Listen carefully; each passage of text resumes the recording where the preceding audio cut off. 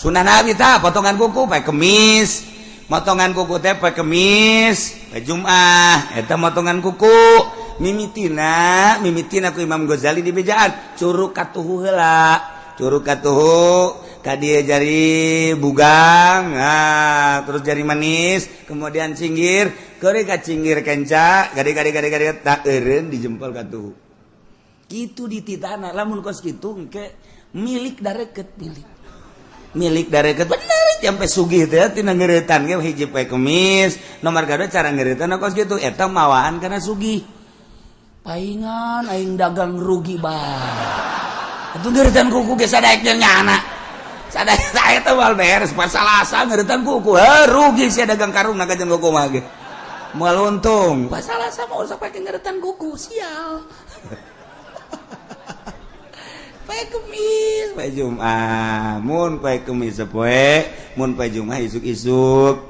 Geus kuku, kemudian kumis, janggot rapihan. Kitulah sunnah Kangjeng Nabi urang Kangjeng Nabi Muhammad sallallahu alaihi wasallam. Murtad eta qat'ul Islam. Ridah teh qat'ul Islam, jelema nu ridah ngaranna murtad. Ridahna megatkeun Islam. Boh kuniat atawa ku ucapan atawa ku pagawean mantak sing hade ucapkeun ucapan kufur namah boh istihza ngageuh-geuhkeun ngaguguyon atawa inad percaya angas inkar atawa i'tiqad dan nekad tah eta ucapan anu ngaluarkeun tina agama Islam nu mun teu ditobatan disyahadatan deui bakal dikelekep di neraka saumur-umur. Na'udzubillah min dzalik.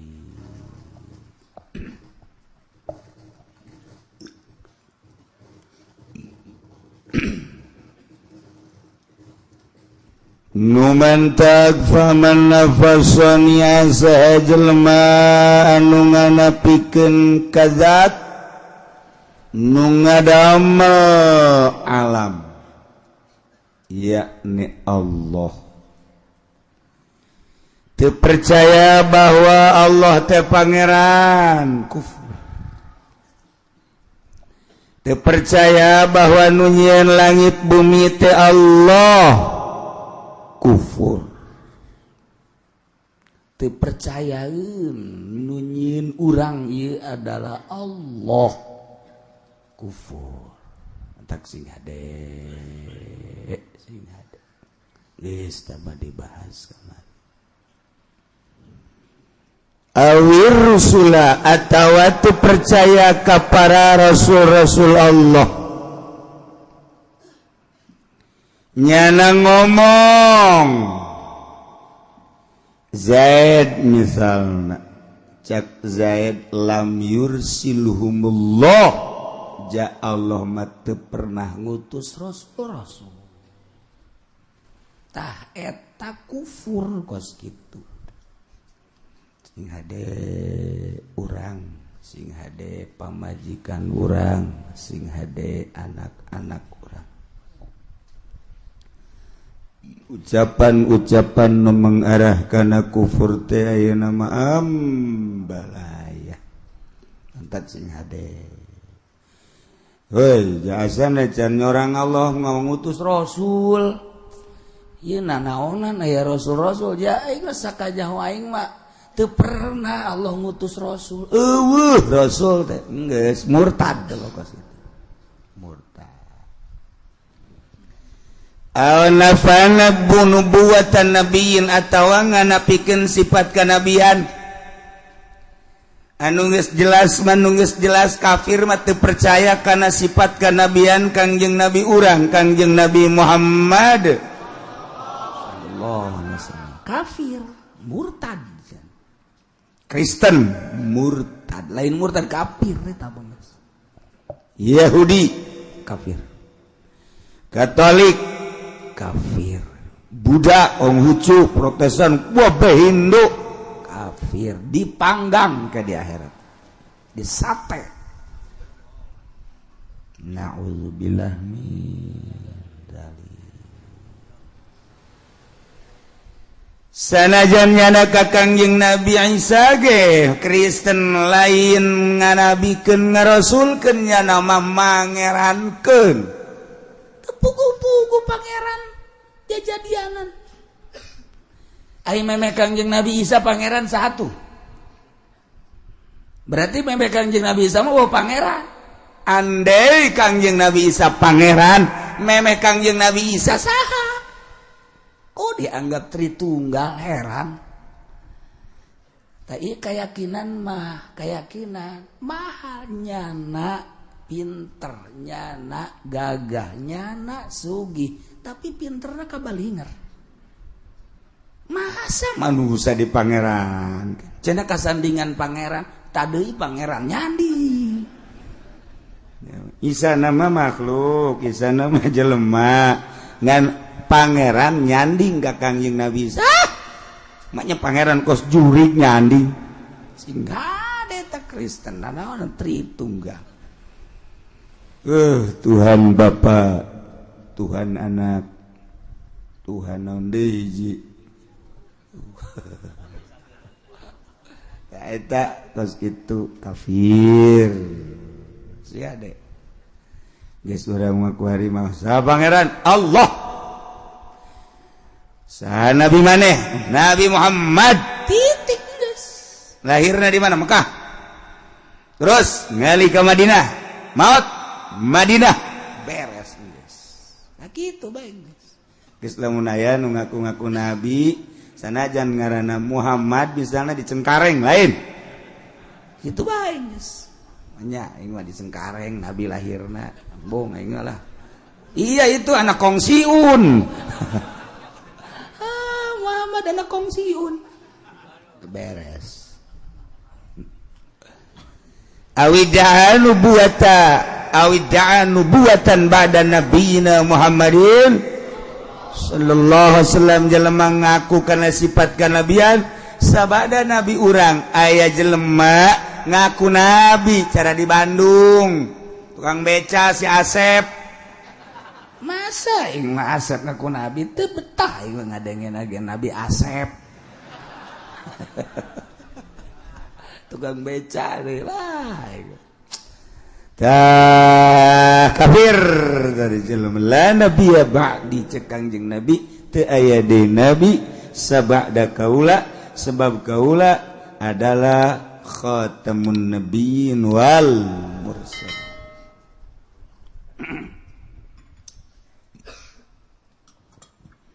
Al-saddaqah mudda'iha atawa ngabenerkeun kanu ngaku nabi. Jelema ngaku nabi kurang dibenerkeun lu ngabenerkeun kana sifat nabi. Sabada Kangjeng Nabi urang geus sama murtad kafir. Eta ku aneh deui aya jelema ngaku nabi aya bae di nu percaya. Heran.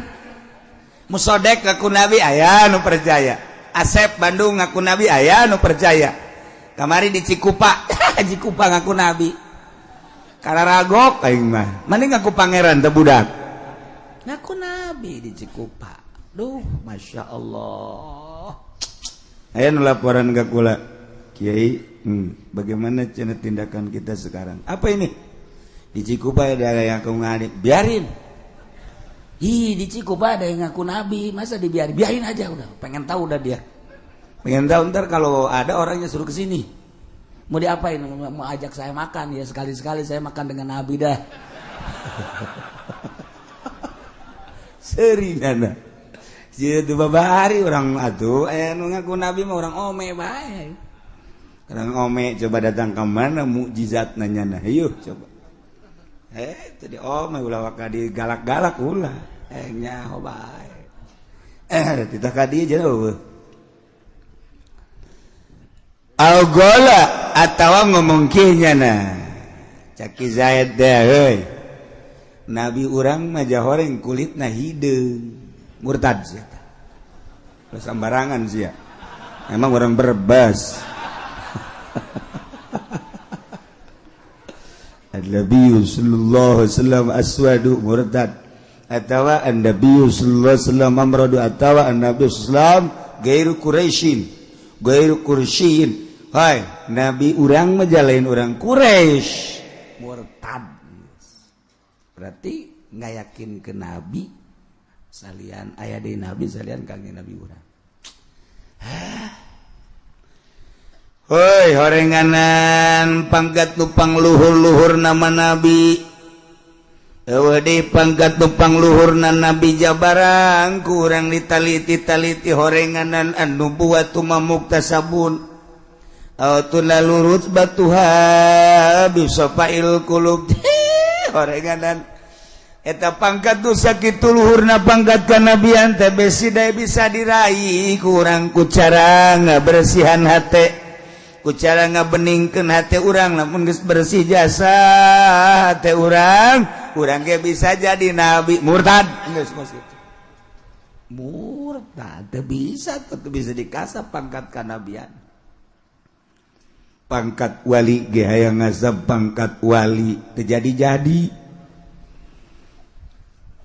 hayang ngaraih pangkat wali hayang ngaraih pangkat wali sueuh hesena ilmu geus aya di urang nasrib bae mah bisa nahu geus aya jang mubtada khobar fiil fa'il syarat jawab urang nyahokeun tentang hadis atuh bisa tafsirna kitu keneh jeung sajabana dibawa ku urang kana pemikiran-pemikiran tasawuf Imam Ghazali Imam Qusyairi terus Bladi tunato kadina Tuan Syabdul Qadir dan lain sebagainya geus nyaraho dibaraca ku Kiai Minhajul Abidin dibaraca ku Kiai Ihya Ulumuddin dibaraca hikam maka malah didiskusikeun hikam teh di universitas mah tetapi mana pibuktiuna nangan sakadar dibiwir ilmu teh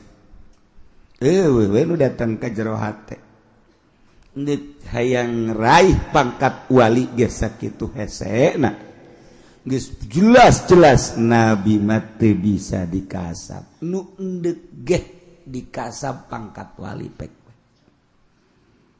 ulah aya di jero hate masyaallah salian ti Allah hiji Allah taala mun geus di jero hate Allah doang wali ngaranna ulah aya apansa ulah aya kijang ulaya serwiti di jero ulaya jahe-jahe di jero hate urang mah pas sedak-sedak Allah na minggir Allah minggir nyelepeng bukti ndak urang dur azan teh kuduna mau Allah teh gede di jero hate urang salian Allah eueuh cepet urang ka masjid ieu mah lain pas azan neulejem nyana okos anu nalingakeun teh bisi salah burung teu azan diderejaheun set ngopi jadi azan teh kopi kontreng cek pamajikanna ka lain azan atuh ke tenang wae sih cek azan ngopi ngarokok lain dijawab teh muazin teh azan ngarokok nyalan deui dina kursi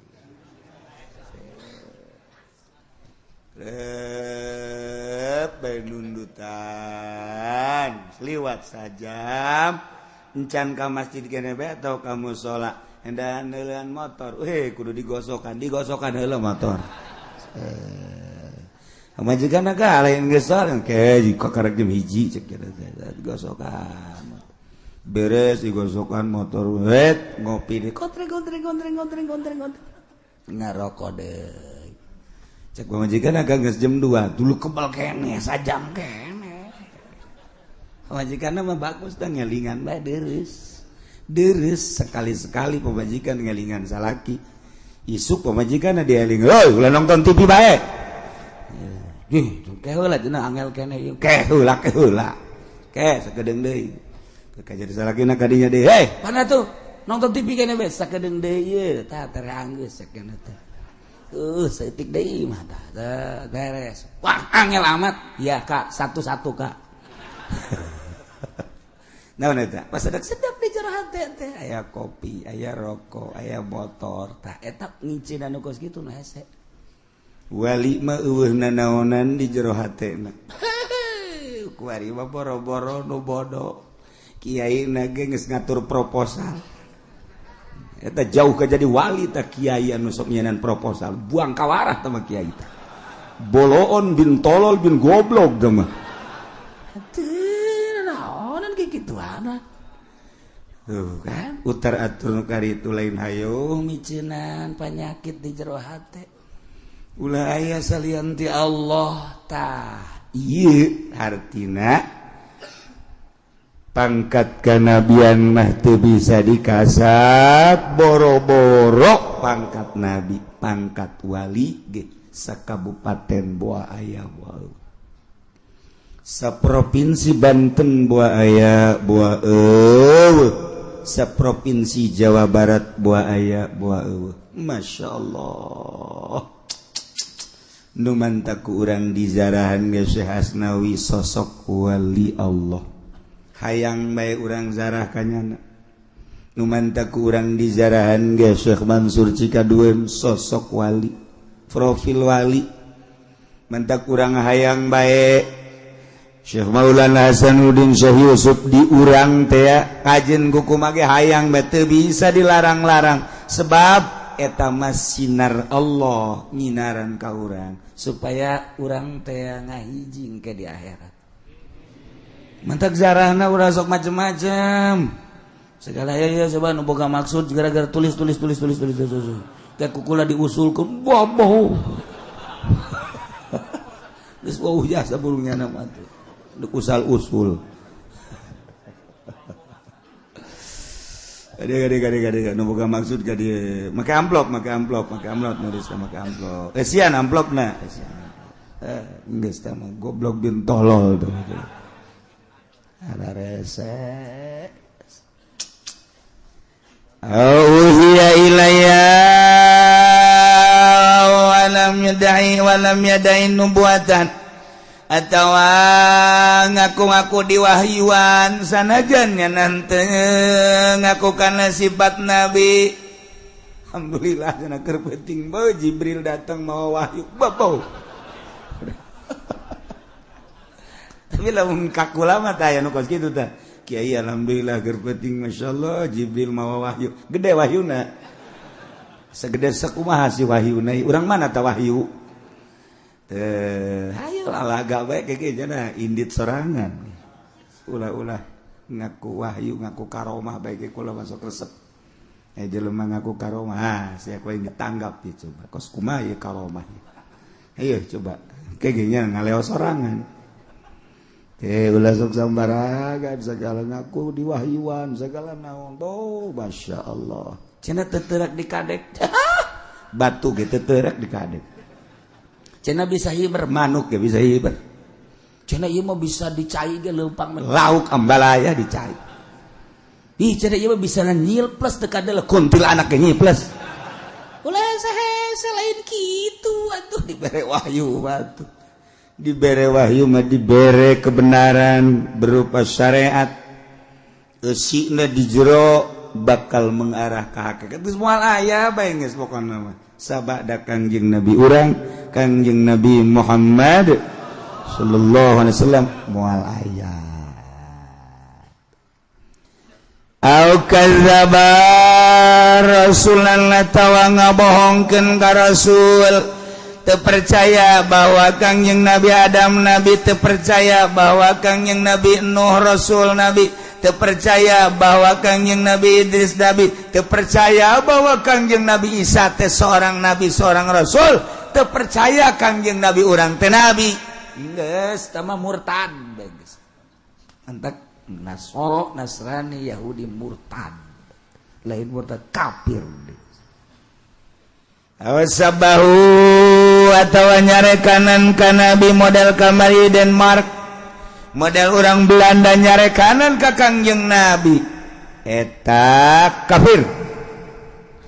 Istaqafa bihi atawa ngenteng-ngenteng Nabi nganggap hina ka Kangjeng Nabi. Atawa kangaran Kangjeng Nabi.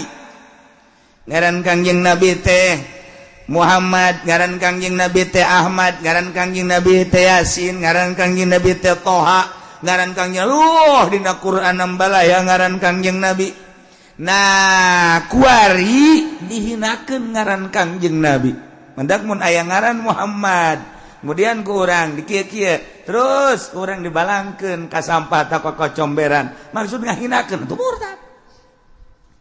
Ngade eta, masyaallah.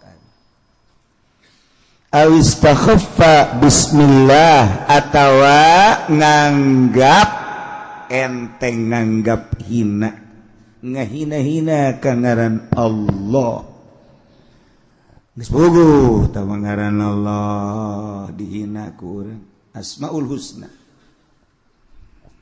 Wallahul ladzi la ilaha illa huwar rahmanur rahimul malikul qudusus salamul mu'minul muhaiminul azizul muttaqin sabarul mutakabbir ta eta ngaran Allah Asmaul Husna.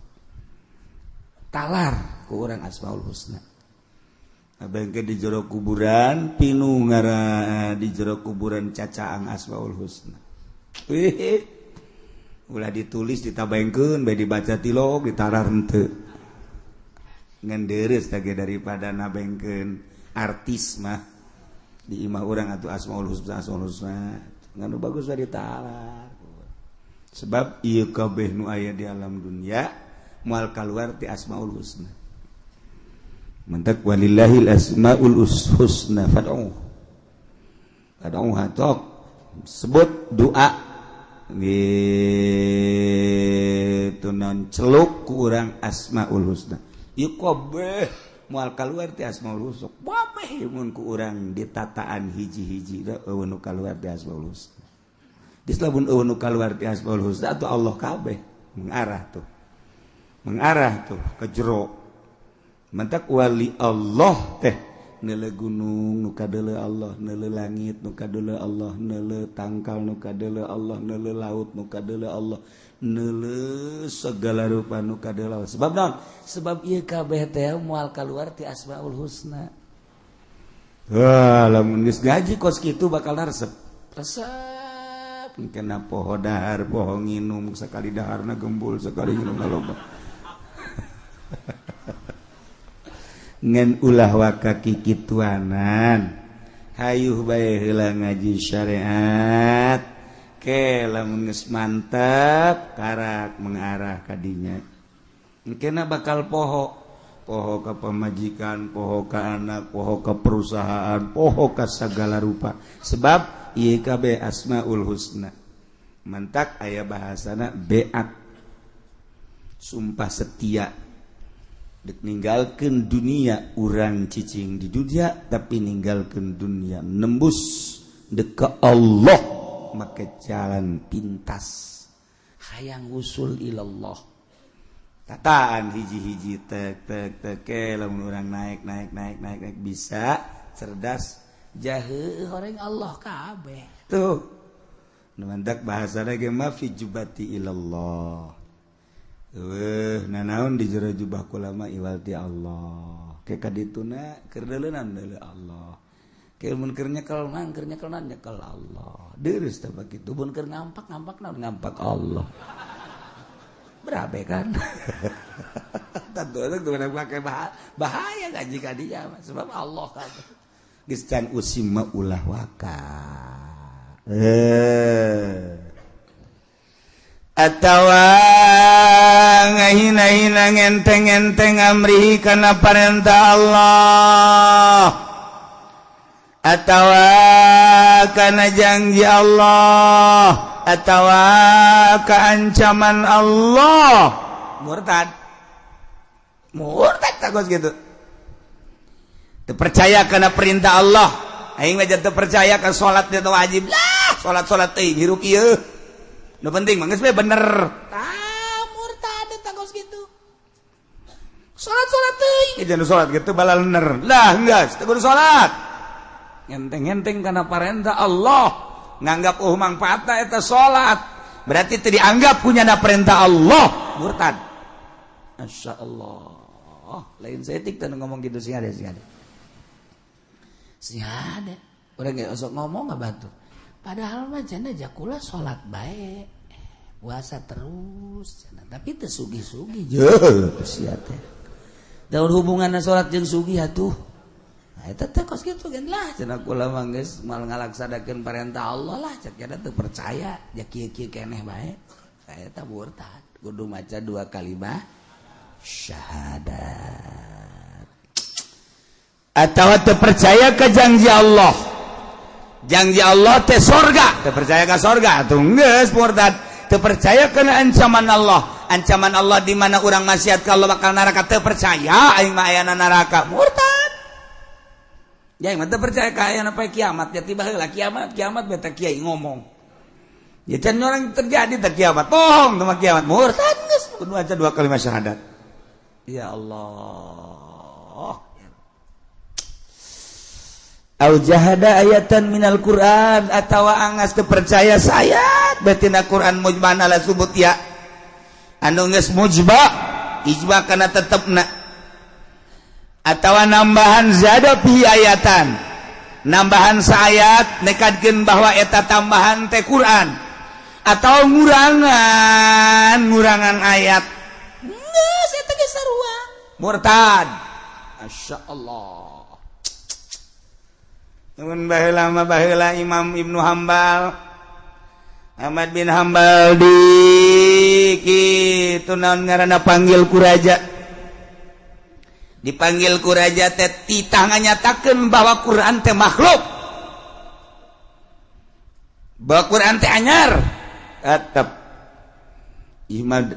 Imam Ahmad bin Hambal nganyatakeun Al-Qur'anu gede wow diseret Imam Hambal diseret di penjara disiksa titah nyebutkeun Quran teh hadis atau makhluk tetep henteu kajian teuing pae giliran Imam Syafi'i pas Imam Syafi'i dipanggil ku raja Syafi'i hadiran kiai-kiai saat eta di Baghdad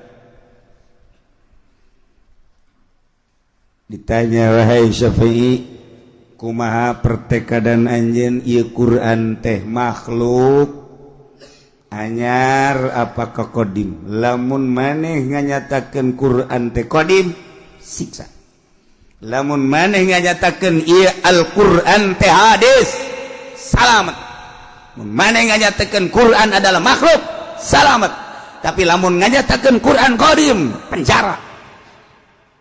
Wah Imam Syafi'i Imam Syafi'i menunjuk doang kieu Tuan ulah bingung-bingung eta mah makhluk ieu mah makhluk jangan bari nunjuk kieu salamet kiai gempar kabeh sa Baghdad wah Syafi'i bahaya kuari anu ku urang diimamkeun nu ku urang dimazhabkeun anu ku urang dituturkeun ternyata ngamakhlukeun Quran beres balik Imam Syafi'i bulag kiai daratang kabeh wah demo mah ieu kiai nganyatakeun makhluk kana Quran saha nu ngamakhlukeun Quran cek Imam Syafi'i ai tadi pan kula mah nunjuk ieu mah cek Imam Syafi'i makhluk ieu mah tah makhluk anyar cek nya anyar maksudnya atuh curug jeung raja anyar kabeh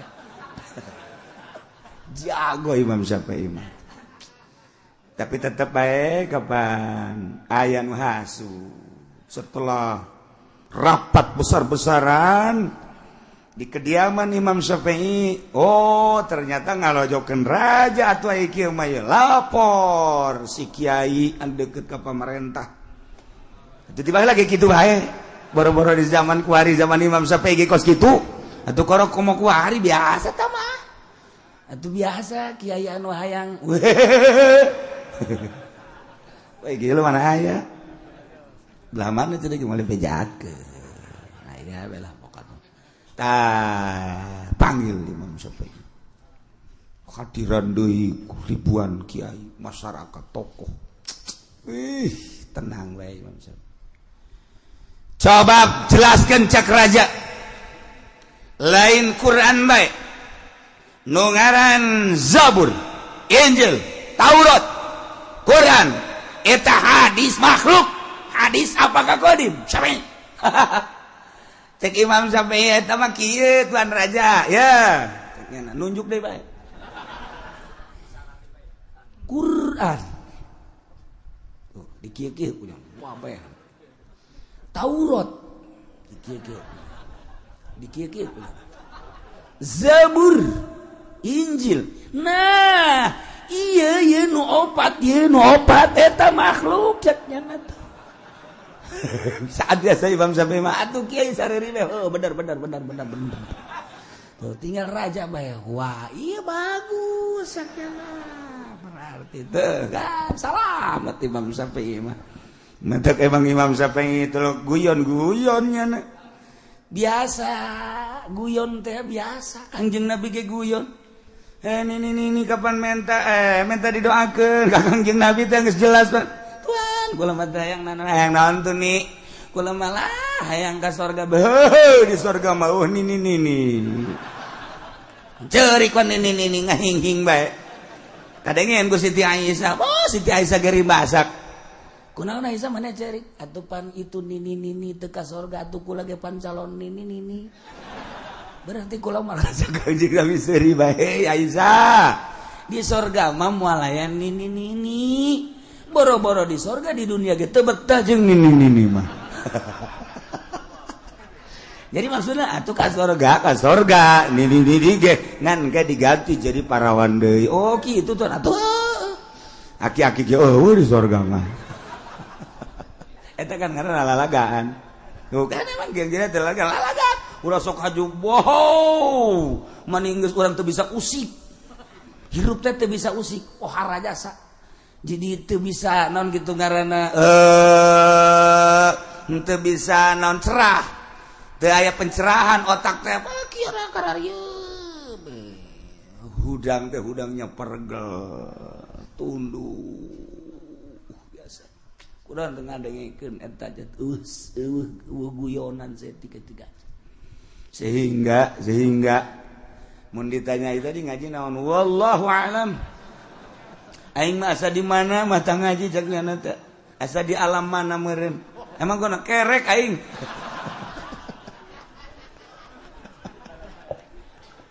tiba lagi kan aya guyon ngan ulah diseja-seja namun diseja-seja celaka atuh geus pembawaan da cara Gus Dur pembawaan di mana bae atuh nya guyon bae kajian kuku mah guyon bae masyaallah emang pembawaan mah teh Kangjeng Nabi ge guyon sange Kangjeng Nabi aya nu balap lompat teh Kangjeng Nabi nu menang bakal dibere anak onta kaekeun ka anak onta geus menang si eta Tuhan barang dibere ku Kangjeng Nabi kitu kontak bude jasa Tuhan jangan sok ngaheureukeun ka abdi ngalalaga abdi cekeuna teh ngalalaga naon cenah nek dibere anak onta aju ieu gede amat atuh ieu anak onta emang ieu anak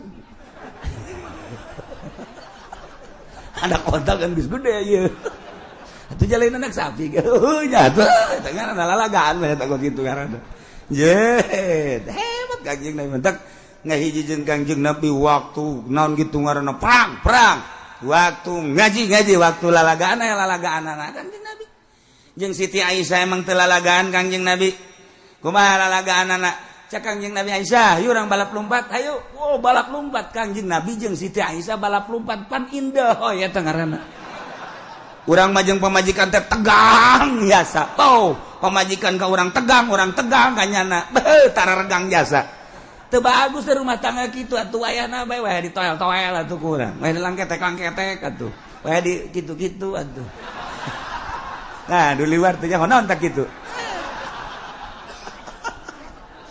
ajar eta nya nama kitu teh lain tuh kan Nabi teh balap lompat jeung Siti Aisyah. Haju saha nu menang? Meretan sakali Kangjeng Nabi nu menang sakali deui Siti Aisyah nu menang. Ngaranna kan lalagaan. Manya balap lompat jeung awewe kudu Siti Aisyah nu menang. Moal aya satu kelak menang Kangjeng Nabi Siti Aisyah ngos-ngosan. Heueuh kula eleh karena isuk balap lompat teh Siti Aisyah nu menang. Heuh kula menang jeung Siti Aisyah. Kuna teh ngabungakeun. Hatung geus pajar heueuh bae ku Siti Aisyah. Menangnya na. Eta ngaranna lalagaan. Menang saminggu teh tuan ngalalaga kula balap lompat menang atuh lamun teu menang. Ulah kitu cek teh. Ieu piala rek dibikeun ka aya mana. Eta ngaranna lalagan teu tegang kan hirup. Masyaallah karim. Eueuh nu tegang. Tuh. Anjing Nabi datang ka imah Siti Aisyah marah. Biasa kan dicandung kan marah bae. Aya marah dicandung mah tuh boro-boro kuari baheula ge aya bae marah. Aya marah sarua sebab naon giliran Siti Aisyah angel. Kemana ya Kangjeng Nabi ceknya angel amat giliran di dieu angel ceknya teh. Bener ada telat Kangjeng Nabi datang kadinya rada telat. Piring aya kormaan di dinyana piring dikitukeun kana rot brok. Naon kadang-kadang peupeus piring korma ambalaya. Kumaha cek Kangjeng Nabi? Ambo seuneu ngagebrah cek Kangjeng Nabi. Kira kan seuneu ngagebrah. Siti Aisyah kan kaget. Seuneu, wah kahuruan asana imah ye. Kan gitu. Datang dia kalinya mana tuan seuneu? Tadi dada cek gina. Siti Aisyah seuri bae. Eta di dada seuneu eta ngaranna. Eta kakarak meureum piring doang cek gina teh. Siti Aisyah seuri pan horeng seuneu teh seuneu ieu. Seuneu hate, seuneu kolbu ngagebur. Geus lamun seuneu hate ngagebur bisa piring nu peupeus, bisa sendal nu leungit, bisa ieu kana pipi leungeun. Eta seuneu ngaranna nu kos kitu. Tuh, tan bisaan Kangjeng Nabi mah seuri bae. Piring ambalaya, terus korma atau ambala piring peupeus. Hambeuh teh seuneu ngagedur cek Kangjeng Nabi. Teu kaget tetep pamajikan, besi kahuruan kan. Mana tuan seuneu? Tadi dada kira-kira. Kartikan ku Siti Aisyah ge. Eta ngaranna lalagaan geus kitu. Masyaallah. Pembawaan masing-masing nu kos kitu mangan mun dijieun-jieun haram. Mun dijieun-jieun haram. Cara Kang cara Imam Syafi'i. Cek Imam Syafi'i Zabur dikieu-kieu ku nya. Wah, bae jelema naleukeun. Taurat, Injil, Quran. Nah, ieu nu opat makhluk cek nya. Bari kieu nya. Ieu nu opat makhluk. Atuh cak raja makhluk deui bener geus. Salamet maneh geus. Tinggal kiai be bener sampai bener. Ieu nu opat makhluk cek nya. Make otak, masyaallah.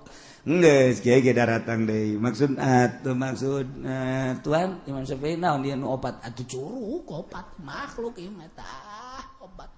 Itu mah kodim cek dia nanti. Kos kitu jeung jelema pinter mah tuh. Hese mantak hati-hati jeung ahli Allah, jeung ahli hakikat, jeung ahli thariqah. Kadang lain kulit, lain eusi. Gus Dur lalampahan ke gereja. Ji atuh wali Allah loba nu lampahan ke gereja. Ai can bisa ulah heulanan, jang nyana bae. Jang nyana bae heulanan. Loba kene nu lalampahan ke gereja kede anteu pun heula. Heulanan ke urang bakal kapanggih kira. Motifna kumaha ke gereja engke. Mentak ulah ngabesan ngajina. Ieu pelebah ridah mah ieu. Nya lantaran ieu kapisah ku ngabesan rugi.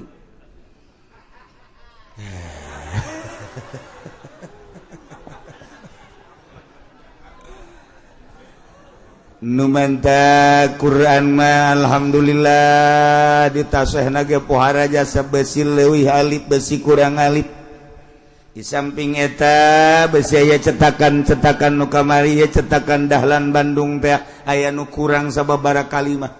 Hanya nantaran alhamdulillah di Indonesia loba nu hafizul Quran.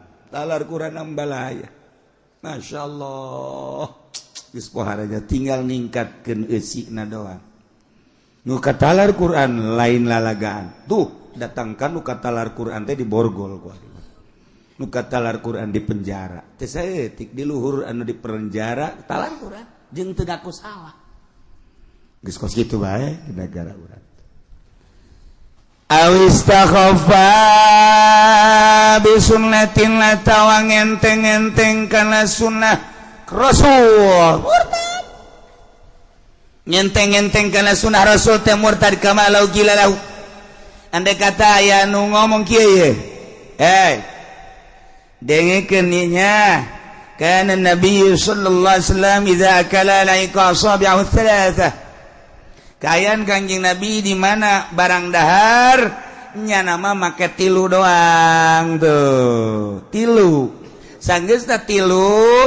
ieu tas daharna dilamotan kitulah kaayaan barang dahar kanjing nabi tilu nya nomor nu digunakeun teh nah kemudian mantas digunakeun dilamotan nah iyalah sunah rasul cek urang teh sebab kanjing rasul lah gitu Hebrak ngomongnya laisa biadabin laisa adab biadab kos itu mah lain adab cek nya emang kunaon atuh hiji ngadaharna korma lain sangu lamun anu dahar sangu ge moal ku tilu geus mah lain adab teh mah situasi bae teh mah kos kitu mah murtad eta kos kitu sing ada sunah nabi ulah sok make dihela-hela teh mah ngadahar pan korma di urang mah pan sangu teh mah lain adab teh mah lantaran atuh kapan lamun tilu bae sangu kieu moal bisa teh mah geus lain adab teh mah teu percaya kudu mah eta kos kitu adab teh mah situasi bae murtad lain saya tik dakuan ngomong gitu sing ada ulah gogoyon endek 5 mah 5 bae ngan ulah ngaleungitkeun sunah rasul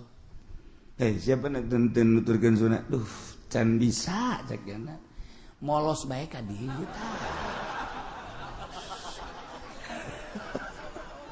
teu murtad teh mah kos itu menyadar ngaranna nyadar teu bisa nurutan kanjing nabi can bisa hese jasa lah geus lah mudah-mudahan dihampura bae tuh mantap baheula mah daharna teh dahar sanguna anu liket jadi bisa dikitu-kitu sanguna teh tuh kan geuna urang lamun parena ulah tongsan teh eta bahaya teh tongsan budak kore mah teh nyawa ka tongsan asal geus dibere tongsan mah sangheuk daharna kita teu bisa diemple-emple tongsan mah muruh pul bae bear nah lamun geus pare bulu mantep jasa bagolo mun ku ari mah ngeunaheun geus tah nikmat tilu bisa sanggup ge diemple-emple tilu tuh nu mantep ku ari aya ti pamarentah teh naon ngaranna bulog eta pemerintah zalim sebab teu bisa make tilu kan ya ieu pamarentah jahanam ye nah urang aing dek tilu ge ku sabab bulog teu bisa wah raja blon ye raja ye geus cukup cak raja panggil kunaon sia ngeblon-blon aing dahar teu bisa nuturkeun kanjeng rasul gara-gara sia mere bulog aing coba ge hese jasa tuh hese aing rakyat dibere bulog aing sia ngeunah bae endek ge aing ngeunah sia teu ngeunah bah ieu mah beuki di penjara bae budak ya Allah ya Rabbi awas ya dek ulah ngenteng-ngenteng kana sunah kangjeng nu mantap kula pernah didebat satu ketika kula muludan moal dicaritakeun di tempat di daerah urang keneh daerah urang muludan kula nyaritakeun nyiwak terus tidak muludan teh nyaritakeun sunah nyiwak terus poe Jumat teh make jubah putih sakumaha dina riad be gitu eta tah pernah muludan dok aya seorang kiai anu sok di istana zaman Pak Harto kebeli lalakon nyana nyaritakeun teu sunah cek nyana make siwak kieu cukup sekarang kita ganti oleh menpol cek nyana pakai odol menpol udah itu kan untuk membersihkan gigi pada dasarnya cek nyana teh lebih bersih menpol daripada siwak aingna aya keneh di dinya geura turun sia ku aing moal balik aing kajian kumaha ge ja ulah sambatkan nya dah moal mulai guys ngaji di mana sih aku aing aya ditungguan ku kula beneran ya mah aya meureun ku ari masyarakat nu pernah nyahok ka kula kos kitu teh daerah belah ditulah pokona mah terus nyeritakan jubah. Nggak usah, ini Indonesia, nggak usah pakai jubah. Itu adalah Arab. Sekarang di Indonesia pakai batik lah, pakai safari lah, nggak usah Arab-Araban. Kita bukan orang Arab. 2 poin gue yang gak ada turun sia. Pulang panas jasa kula yuk. Kira ngora Gus kebal tau kira ngora kali ente. Turun nyana kukula disambut langsung sasalaman langsung dipeluk kukula. Sini duduknya sini. Sini nyana geus lain deui. Geus lain deui sini. Pak Kiai ngaji di mana? Langsung kukula ditanya di forum harita. Nus ditahdarkeun nanti dulu. Dahar ya. Tanya kukula ngaji di mana? Kemudian terus dalilnya apa, terus ada untuk dalil-dalil, wah muringis-muringisnya nah sembarangan murtad sia kukula digitukeun nyana marah enak aja ngemurtadin saya lu murtad gitukeun nyana atuh kula ge make hizib kituna boh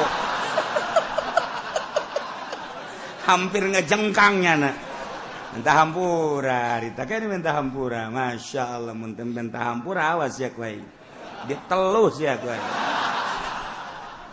saya mau belajar bener banget untuk pernah terjadi tak kiai tedaik-daik deui nya asal aya kula bembung aing ngomong ngaji jeung kieu cicek bong ya kena asalnya na diondang ka dieu aya Ki Ucin teu henteu kajeun mun aya Ki Ucin bong cek kena aing tapi satu ketika nya datanglah ka imah diajak ku Kiai Sejen minta hampura alhamdulillah aya ilmuan mah gampang bae jadinya ge ngaragap salah sama ego na doang alhamdulillah geus jadi nyana menyadari kuari bener ya siwak teh sunah kang laula an asyqa ala ummati la amartuhum bisiwak inda kulli syai satu ketika deui kang inda kulli salat ya tuh kuring kumaha tah hadis masyaallah kukula dijelaskeun dirad ku nyana aingna aya keneh moal balik aing mah datang ka subuh sia tungguan ku aing sia ai keur ngora mah gitu kudu teu. Ayo.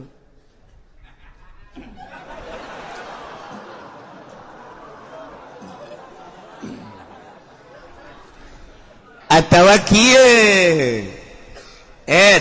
Gallim azbarak fa innahu sunnatun. Kuku potongan ta sunah Nabi ta. Gallim azbarak. Sunah Nabi ta potongan kuku pakai kemis, potongan kuku teh pakai kemis, pakai Jumat, eta potongan kuku, mimitina ku Imam Ghazali di bejaan, curug katuhu heula, curug katuhu, kadieu jari bugang, terus jari manis, kemudian cinggir, keuri ka cinggir kenca, gade tak eureun di jempol katuhu. Kitu dititana, lamun kos kitu engke milik dareket milik dareket bener sampai sugih teh tina ngeuretan ge hiji poe kemis nomor gadot cara ngeuretan kos kitu eta mawaan kana sugih paingan aing dagang rugi bae atuh ngeuretan kuku ge sadaek jeung nyana sadaek saya teh wal beres pas salasa ngeuretan kuku rugi sia dagang karungna ka jeung kuku mah ge moal untung pas salasa mau usah pake ngeuretan kuku sial pae kemis, pae Jumat, mun pae kemis sapoe, mun pae Jumat isuk-isuk, geus kuku, kemudian kumis, janggot rapihan. Kitulah sunnah Kangjeng Nabi urang Kangjeng Nabi Muhammad sallallahu alaihi wasallam cek Kangjeng Nabi gallim azbarak fa innahu sunnatun. Cek aya jelema ngomong, "Hei, tuh tetegan kuku sunnah Nabi tah." Kumaha ngomong? La aful. Ku ingkana sunatan. Moal aing mah. Moal dikeretan sanajan sunah moal aing moal keretan kuku murtad berarti istizanya na eta maksudna ngalelemekeun ngahinakeun kana sunah Kangjeng moal mah moal bae ulah ngomong-ngomong kieu moal aing moal keretan sanajan eta sunah moal ulah ngomong kos kitu moal mah moal bae moal wakalanan lah geus cukup henteu murtad kos itu mah kunaon emang moal waga henteu moal bae moal wakalanan henteu naon lain kira keretan itu sunah kajen tinggilanan moal baheula henteu masalah ima engke ieu na paranti naon ngaranna capitanana kurang bagus sok nyeri moal waka atau moal waka bae heula serem kos maung lah ima kajen henteu teh mah kos kitu mah mana aya kiai sok paranjang teh kukuna teh kiai bae panjang kuku dah barang ditanya kiai kok panjang kuku kiai cenah kiai batur mah nernak ayam kula mah nernak setan di dieu tadeuy kiai blon iya ngomong kos gitu teh sembarangan moal kula mah laaf qulu ingkana sunnatan moal motongan kula mah sanajan emang eta sunah moal kajeun kuku bage masyaallah karim eta murtad iyalah ngabohongkeun ka rasul ngabohongkeun ka nabi nyarekanan nabi ngenteng-ngenteng nabi ngahinakeun kangaran nabi ngaran Allah perintah nabi janji Allah janji nabi ancaman Allah ancaman nabi atawa teu percaya ka saayat betina Al-Qur'an anu geus mujma' ala tsubutiha atawa nambahan saayat atawa sahuruf atau ngurangan atau ngenteng-ngenteng sunah nabi teu nganggap ka sunah nabi ngalecehkeun ka sunah nabi ieu murtad naudzubillah min zalik wa min zalik walanas'alanna alladzina ursila ilaihim walanas'alannal mursalin wallahu a'lamu bimuradi engke urang tekan kiamat sanggeusna kiamat tiupan pertama Kangjeng malaikat Israfil alaihi salam niup jelema teh ka kaler ka kidul kawetan ka kulon lulumpatan anu keur nyusu anakna dibalangkeun budak leutik keneh kakarak leumpang geus suisan kobo aki-aki mah modar di dinya geus aki-aki mah teu kudu kiamat ku ari ge titah leumpang di nu panas ge oleng gejebur sorangan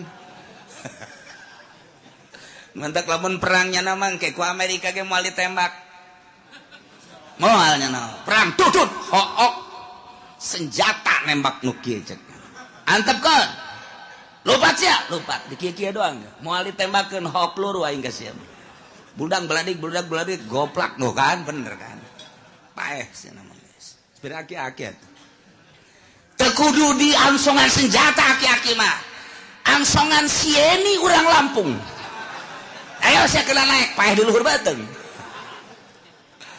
nah ieu ke kiamat beres parae ganti bumi rata gunung Masya Allah mentak kurang lamun jaritakeun ente nyangka gunung teh bakal na angger horenganan tamur meresap gunung nuku urang kaciri teger watarol jibala ente neule gunung pajar ente mah gagah tegak luar biasa horenganan gunung teh leumpang tamurum maros percis okos mega bae leumpang gunung dengke bae leumpang tiup ku balikat isapet lelempangan ka kakalek aju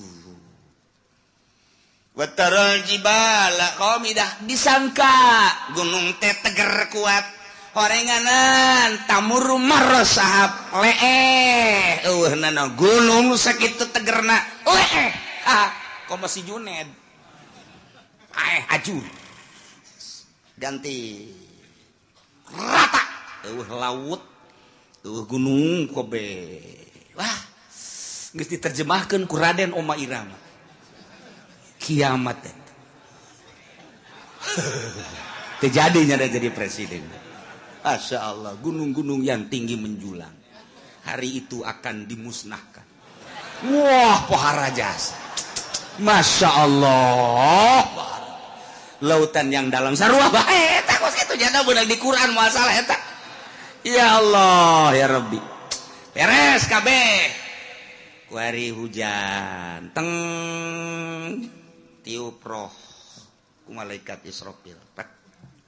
Saat merelentis kostoge cal roh ararasu ngeguh jelema nu tadina sepi eueuh sasah wabeh poe kullu man alaya fan wa yabqa wajhu rabbika dzul jalali wal kullu man alaya fan wabeh aya di bumi langit rusak modar kabeh wa yabqa wajhu rabbika dzul jalali wal ikram hanya Gusti Allah sorangan nantangan Gusti Allah limanil mulkul yaum can jadi raja apa ieu ai raja Mesir raja Mekah raja Yaman raja Indonesia udang ngaku sia jadi raja hah teh udang Jokowi udang Prabowo udang cak Prabowo hirup kene mah can nyaho bawa jadi henteu itu bayar tuh geus coba Soekarno udah kayak dia udang ke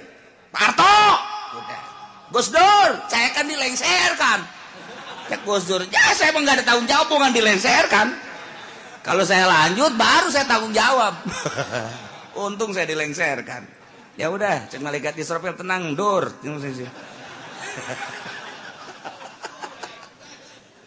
Masya Allah tantangan limanil mulkul yaum geus beres kabeh harirup giring ka mahsyar timbang amal timbanganana skos timbangan emas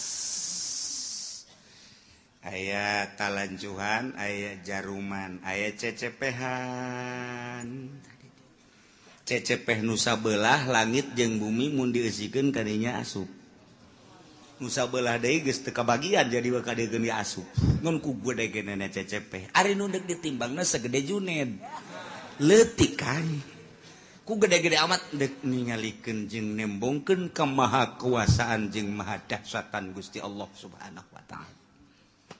Wih, jelema dikiring di berbagai negara kabeh ka mahsyar. Di mana letak mahsyar? Letak mahsyar teh Masjidil Aqsa.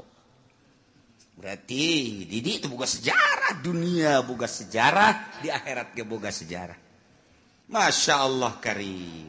Iyalah. Ye nu deuk dicaritakeun rantung jelema kabeh malaikat Jibril cicing di tengah di hareup Kangjeng Nabi urang malaikat Jibril Mikail di belah katuhu Jibril Mikail Israfil belah kenca Kangjeng Nabi di hareup plek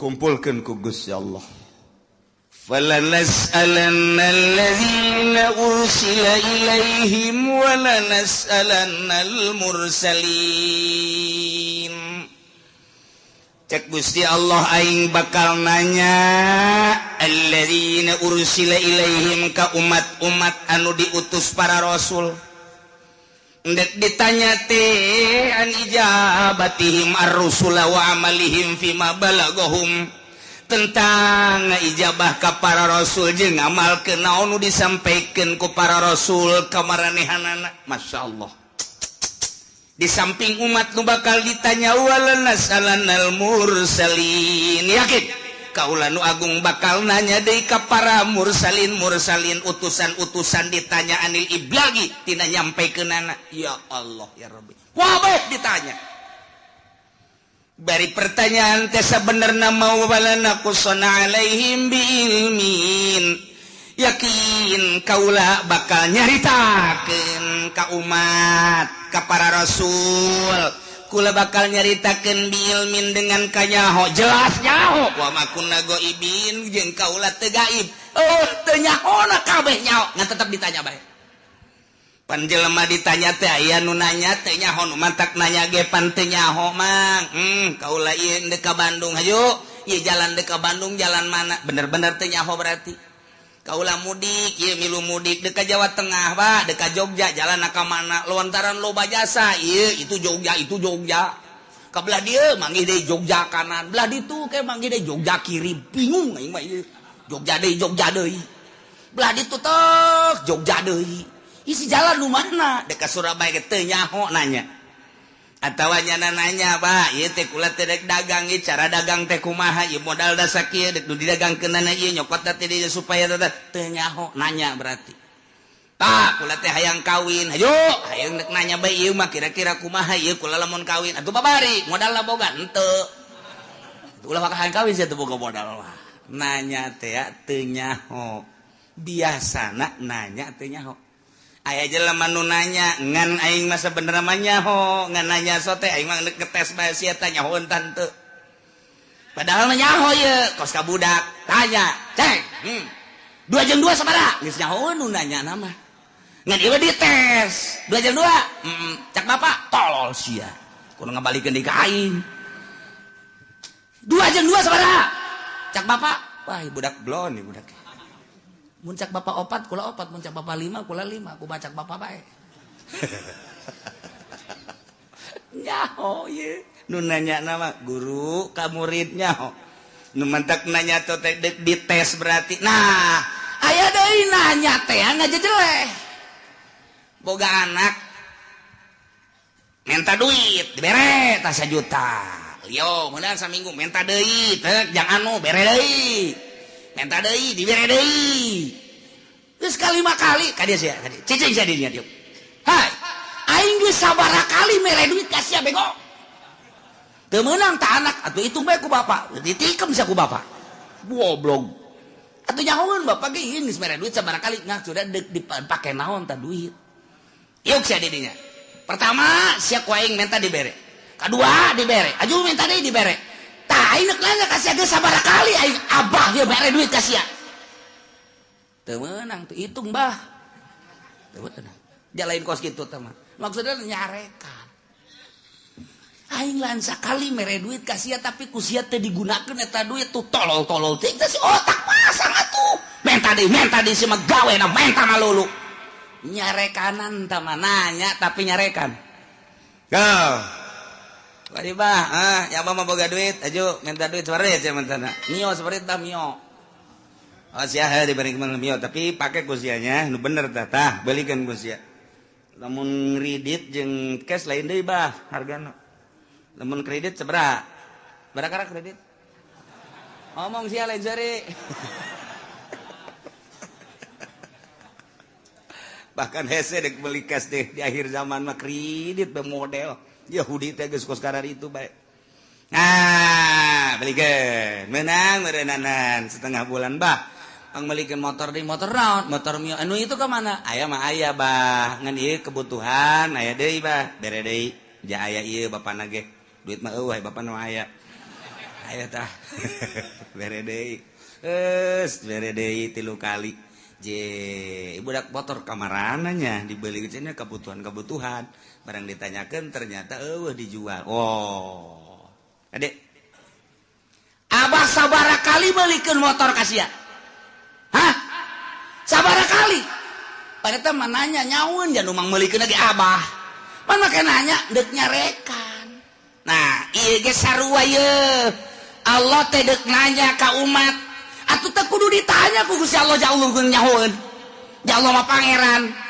urang turun ka alam dunia Allah nyahoeun kuari hirup dihirupan ku Allah maha uninga kemudian urang kuari ayeuna di baya pagawean dagang berpolitik atuh Allah mah maha uninga kapae urang mah teu nyaho ira bakal pae Allah bagus nyahoeun kok make ditanya tuh urang ku Gusti Allah nanya da deuk nyarekan ka urang nah ieu sia bakal ditanya ku Gusti Allah teu meunang kieu sia ku aing pan dihirupan nah ieu sia harita teh hirup kemudian pagawean sia waktu hirup naon bae cak Gusti padahal mah Allah nyaho cak urang teh atuh coba bae Gusti ka nyahona tumpahkeun ka dieu wah dikerekem sia ku Gusti Allah teu meunang kos kitu nyanggakeun sadaya-daya Gusti mun Gusti maha uninga nah ieu bakal ditanya urang kabeh ditanya urang sebagai makhluk ditanya Kangjeng Nabi lagi ditanya sarua bae urang ditanya tentang naon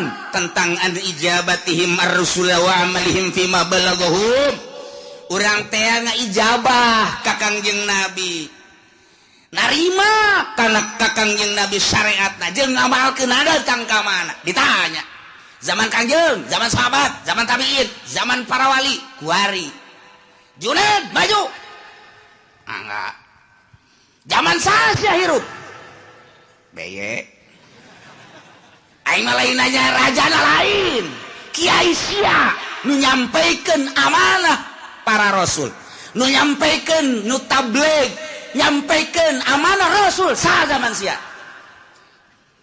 abdi harita teh kitu mui abdi harita di kecamatan mah kitu Kiturmudi naiknya ke kabupaten naik dinya ke provinsi pernah nyampaikan dibayar nyampaikan mana mana panggil kuarinya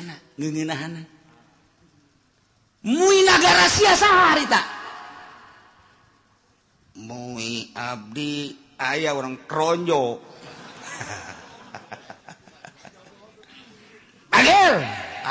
iya nu formal dipanggil lantarannya nama ngomong ayo dibayar ngomong ngomong dibere naik ngomong boga jabatan naik ngomong iya mah anu berkeliaran mesa nah ayah digigir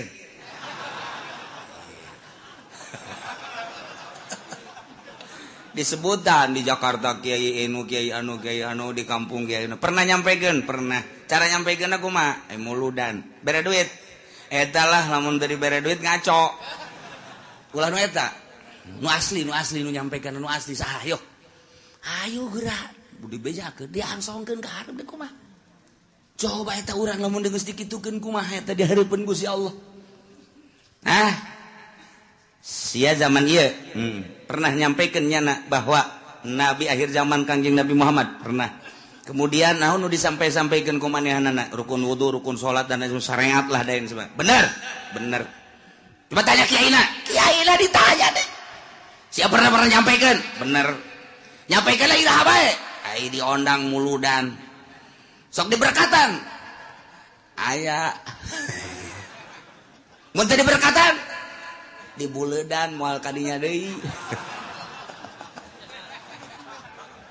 wah teu beres ya aduh Masya Allah lah ieu bakal caritakeun secara global be umat bakal ditanya tentang narima syariat ti Kangjeng Nabi nya atawa henteu aya apa henteu ditanya hai umat pernah henteu Muhammad nyampaikeun amanah ka anjeun tabligh risalah wah jelema burr kabeh ngomong aya nu pernah aya nu henteu ai Islam kabeh nyaritakeun pernah kafir mah henteu kan bela dirinya cak Nasrani teu pernah kami mah teu pernah sampai berita-berita kebenaran Muhammad teu pernah sampai Muhammad nyaritakeun tentang syariat teu pernah Nasrani Yahudi kabeh wah bangsa encek kabeh ngararomong engke mah kuari nyana baru teu beuteungna engke mah nyana di ditu pias teu pernah nyampaikeun umat kaula teu iman ge ka Gusti teu iman ge ka Muhammad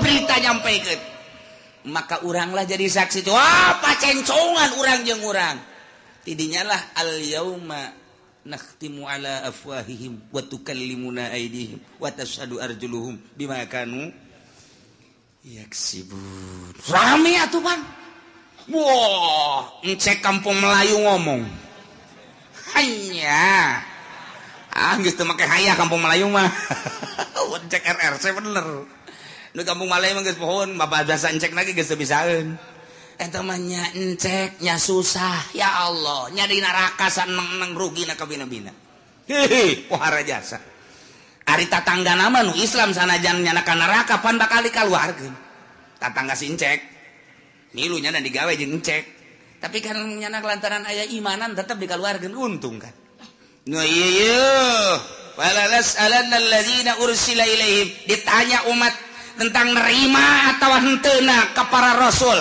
jeung sanggeus nerima ngamalkeunana macem-macem ke rame wala nas'alannal mursalin para rasul ge ditanya Adam ditanya Idris ditanya Kangjeng Nabi Nuh ditanya Kangjeng Nabi Sulaiman Kangjeng Nabi Isa Kangjeng Nabi Musa Kangjeng Nabi urang ge ditanya nyampikeun apa henteu Masya Allah padahal mah Allah teh nyahun falanakusson alaihim bi'ilmin wa ma kunna ghaibin teu gaib nyaho ngan deuk hayang nyaho coba datang ka mana bari deuk ditaubeh di memeleh di jejeleh aya jelema anu abdi mah ieu hirup teh di zaman SBY kiai na harita kiai pulan abdi mah teu pernah ngadenge nyana nyampeikeun ore cok jelema teh falanakussanna alaihim ilmin cak Gusti Allah nyaho aing ge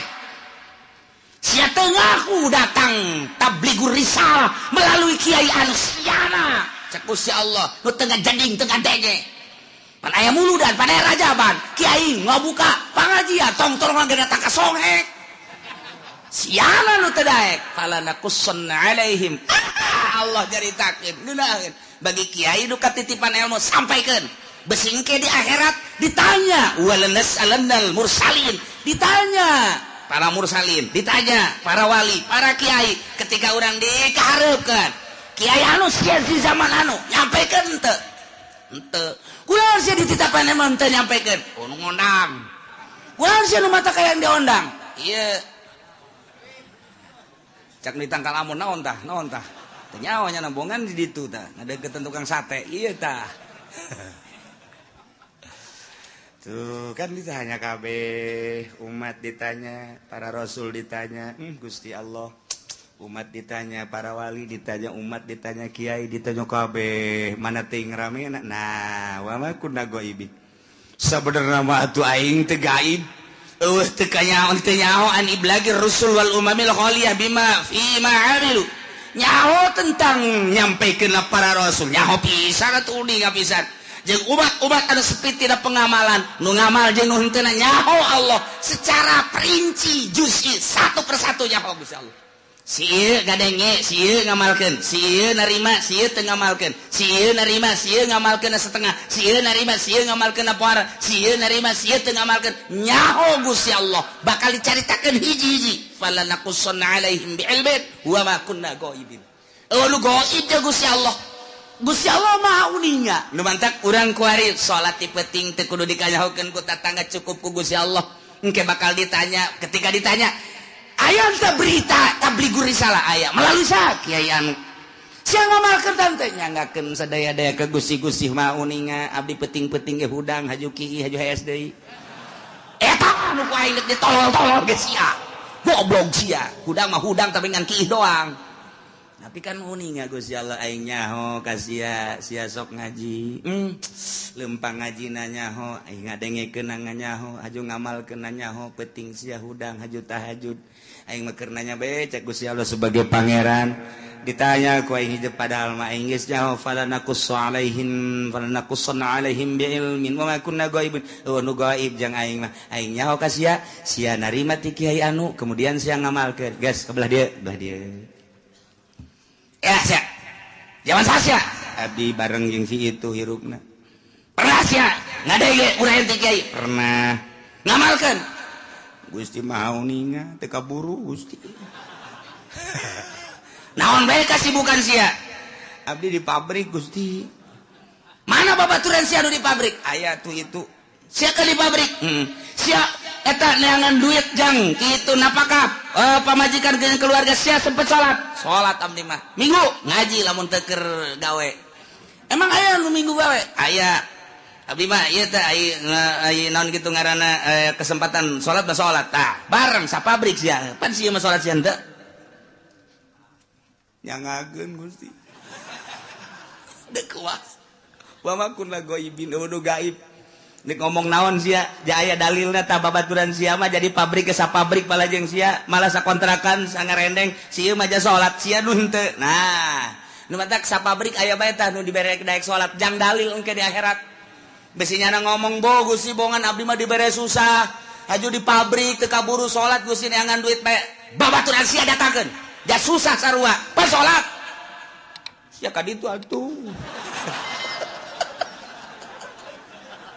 dek lompat ka mana sia ayo sia dalu wabakun la goibin waduh gaib jago sia mah dek nyarekan bae supaya kadenge ku ban sojet tinggal babaturan-babaturannya na waduh si itu dicarekan moal teu aya dicarekan dek lompat ka mana ya aing dek lompat ka mana nah kabeh bakal ditanya falanakussanna alaihim bi'ilmin wa ma kunna ghaibin tanya hiji-hiji bari Allah nyaho lu gaib ka Gusti Allah supaya jelas Allah teh pangeran dek ngajejelek jelema ditanya ku Gusti Allah kunaon sia persiapkeun ti kuari jang engke ngajawab pertanyaan eta lain lalagaan ieu mah Al-Qur'anul Karim wal waznu yauma idzinil haqq ya Allah timbangan lil amali dipasang lisohaikiha atawa jang nimbang amal bimizanin lahu lisanun timbanganana aya jaruman wa kafatani aya 2 cangkok 2 mangkok 2 cecepeh kama warada fi hadis Kanjeng Nabi geus ngajelaskeun ayat 3 hadis nu ngajelaskeun tentang sifatan mizan tentang pertanyaan jaga maksudna naon timbanganana jelas nu ditimbangna apa jelemana apa amalna apa bukuna eta lah Kanjeng Nabi nu ngajelaskeun aya nu jelaskeun Kanjeng Nabi jelemana langsung diayakeun di hadis lain Kanjeng Nabi nyaritakeun jelemana mah tetep nangtung di itu nu ditimbang adalah sohaib buku-bukuna cek sakaol mah lain buku-bukuna amal bae diwujudkeun ku Gusti Allah amal bagus herang bagus caang amal goreng poek jore nu jelas mandek kumaha ge ima urangna wa ima bukuna wa ima amalna pan nu jelas mah tetep bae ditimbang-timbang keneh ieu ayatna wal waznu yauma idzin al haq timbangan nyata timbangan nu bener yauma idzin harita bakal dipasangkeun jangan sing hade faman saqulat mawazinuhu faulaika humul muflihun sahaja lemah nu ditimbang berat amal hadena faulaika humul muflihun bahagia wa man khaffat jelema anu hampang mawazinuhu kahadeanana berat ku kagorenganana faulaika alladzina khasiru anfusahum jelema eta lah anu ngarugikeun dirina waktu di dunia bongan teu daek beramal bitaswiriha ilan nar ku sebab dijongklokeun ka neraka bima kanu bi ayatina yazlimun ku sebab maranehanana ngazolimkeun teu percaya ka ayat-ayat Allah subhanahu wa ta'ala nu ngantak urang mah alhamdulillahirabbil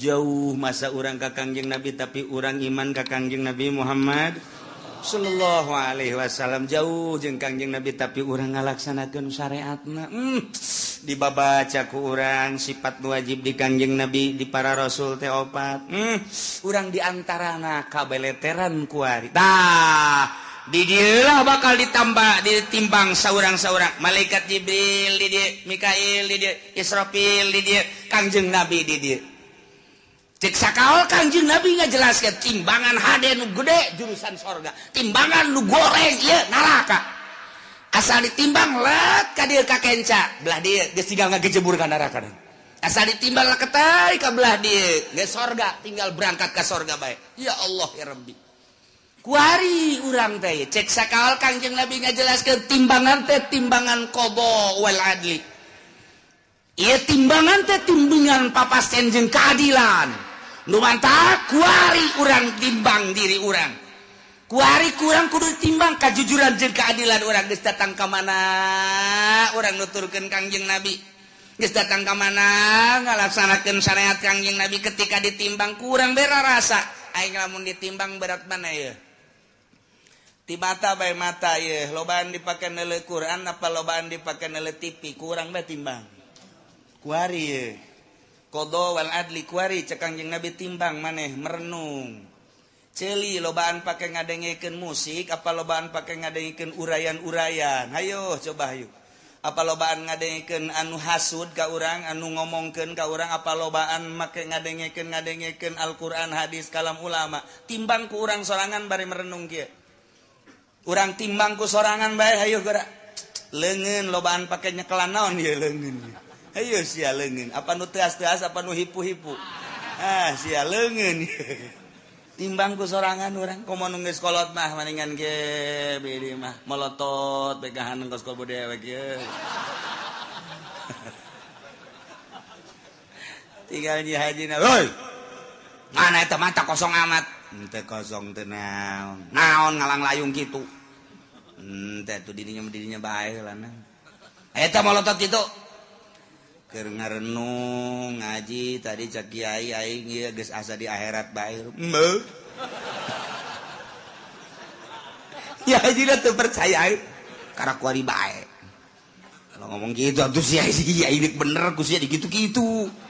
Dekeran tuh. Iya keur ngalamun aing di akhirat teh cak kiai ge timbang cenah amal. Hampura aing haji, ya tukul ge hampura tah geus rada deres sakitu mah.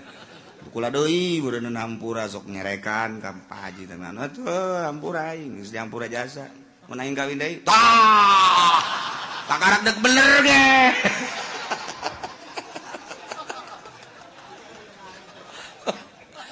Tah urang ngarenung ieu aing lamun ditimbang kuari andai kata paeh aing ye. Ditimbang beratan ka mana. Mulai urang ngurucut cai mata. Gusti. Tibalik datang ka kuari Gusti Allah nyaritakeun kahirupan para rasul nyawa ditarohkeun jang ka Allah terus di para sahabat nyawa ditarohkeun abdi manarohkeun harta ge ku pait-pait teh di zaman para wali songo eta teh perang nyawa tarohanan urang lamun zalah ka Kudus masyaallah jana mapan balik teh dicacag nuku urang kuari di zarahan di Kudus Sunan saha ngaran Kudus tuh siapa jarah bete ngaran ayo kiaina poho buku aing ge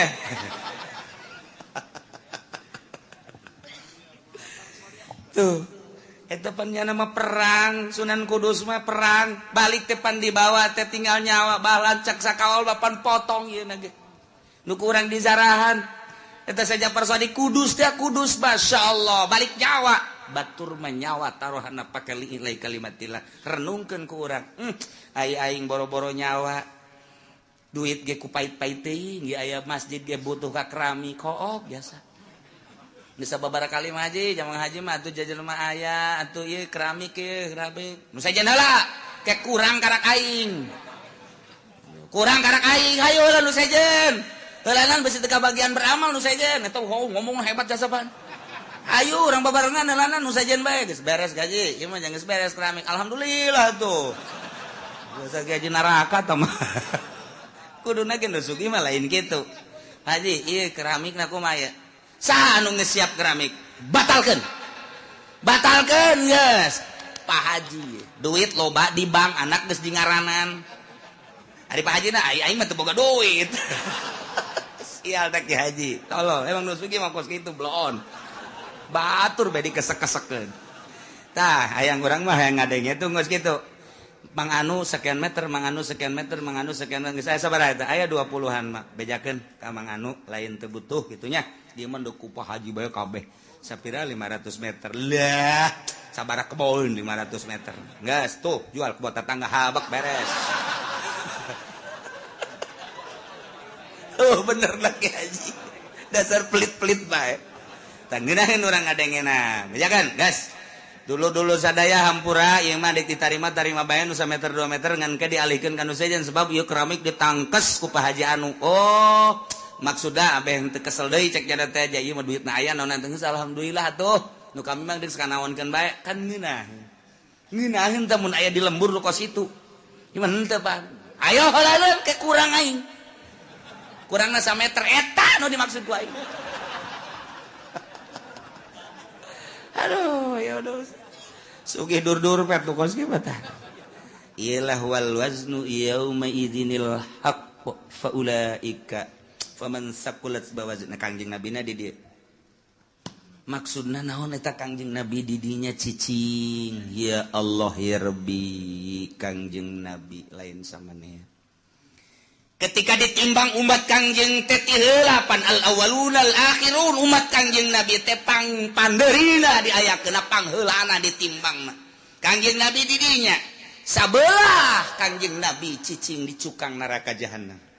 Masya Allah lain lalagaan Kangjeng Nabi memang kumaha begitu ditimbang teh nu kadeu ku Kangjeng Nabi leket teh ka kenca Kangjeng Nabi nyekelan surat ulkoh ngaranna tek gegera dikajakeun naon cak bener ulah bomong berat antah tadina kaditu kok jadi kaditu salam surat letik mah eusina la ilaha illallah muhammadur Rasulullah sida eta tah leutik jasa surat asal ketei kade naon teh cap Jibril ulah lagi nu penting salamet bae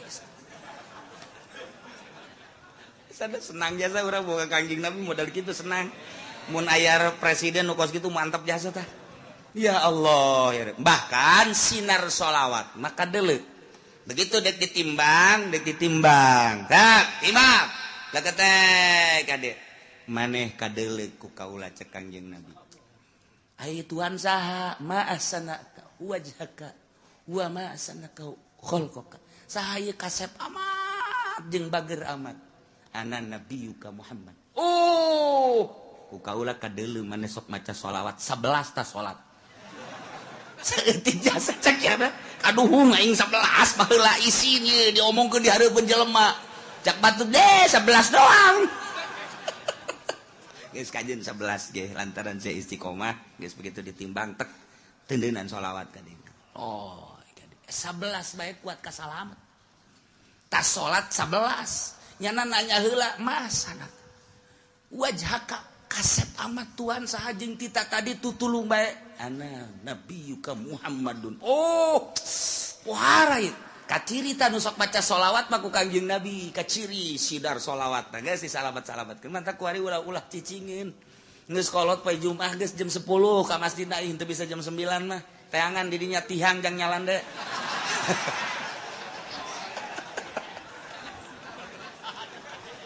tungtungna lain baca sholawat tasbih ka mana mata ka mana bahkan aya nu nyokot ge tah babaturan tasbih teh nyaho nya barang hudang aya tasbih aing ka mana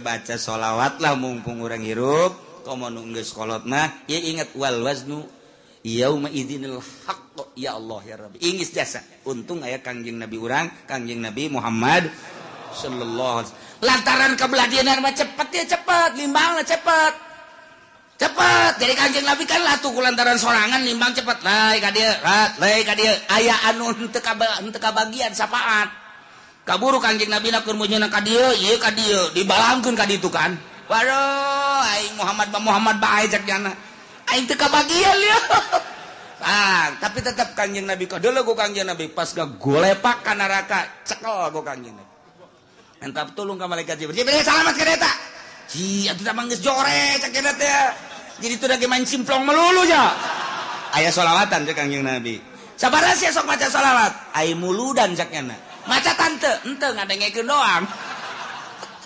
lumayan sakitu ge cek Kangjeng Nabi nya daek ngadengekeun assalamu alayka zainal anbiya ya assalamu alayka atqal atqiyai nu macana mah santri kan jeung kiai sia gula mah cenah ngatur-ngatur eta berkat cek nya aju ngatur-ngatur diatur teu jang kula heula teh tetep salamet bae pan mah poar eta ngan eta teh ngaguling heula ka neraka tah mah tapi tetep kok gajer rewel Jibril salametkeun Masya Allah Kangjeng Nabi moal aya pang sibuk-sibukna ieu ketika wal wazdu yauma idzinil haq sibuk jasa Kangjeng Nabi geus manu ieu geus manu itu geus manu ieu nu itu geus ulah aya bae umat Kangjeng Nabi nu ngagolepak ka neraka pohara jasa pan mantak teh kuari usul ka Kangjeng Nabi beusi engke kaleupasan teu kadeuleu teu karawel lanjut teu kalekep ka bapak tuh padoh pan geus kalekep apa teu kadeuleu ku Kangjeng Nabi umat aing geus beakeun can Jibril beak geus aya wae nu teu kalekep bangonna mah aya pan kita tadi aing sakieu sibukna cek Kangjeng Nabi ka dieu eta lah aya bae coba tang ya tuh bener cabut Jibril cabut sih ti kalekep kunaon kredit cek kira Lewatak ketik wari urang lobakeun maca sholawat ka Kangjeng Nabi Muhammad sallallahu alaihi wasallam apalkeun ayat ieu mah jang supaya urang merenung wal waznu ari timbangan yauma izin nalika dipertanyakeun umat jeung para nabi yakni yaumal kiamah al haqu timbangan nu jelas nu hak nu nyata bakal dipasangkeun urang bakal ditimbang ima urangna langsung wa ima amalna wa ima bukuna nu bakal ditimbang nu jelas deuk mamana ge pasti ditimbang renungkeun ku urang aing mun ditimbang beratan mana haju Kangjeng Nabi neuleuh tah henteu ka aing saat eta mun urang ditimbang bagus nikmat amat ketika orang ditimbang goreng haju Kangjeng Nabi neuleuh tetep ku Kangjeng Nabi diamankeun ieu nu rempan mah timbangan urang jorek Kangjeng Nabi na teu neuleuh ka urang apa teh kalekep eta tah ieu tah nu dikhawatirkeun beusi ti kalekep doa masyaallah mudah-mudahan urang kabehan ke katingali ku Kangjeng Nabi urang disafaatan ku Kangjeng Nabi urang sehingga urang kabehan salamet di bawah bendera Kangjeng Nabi urang Kangjeng Nabi Muhammad sallallahu alaihi wasallam walaqad makanna wallahu a'lam.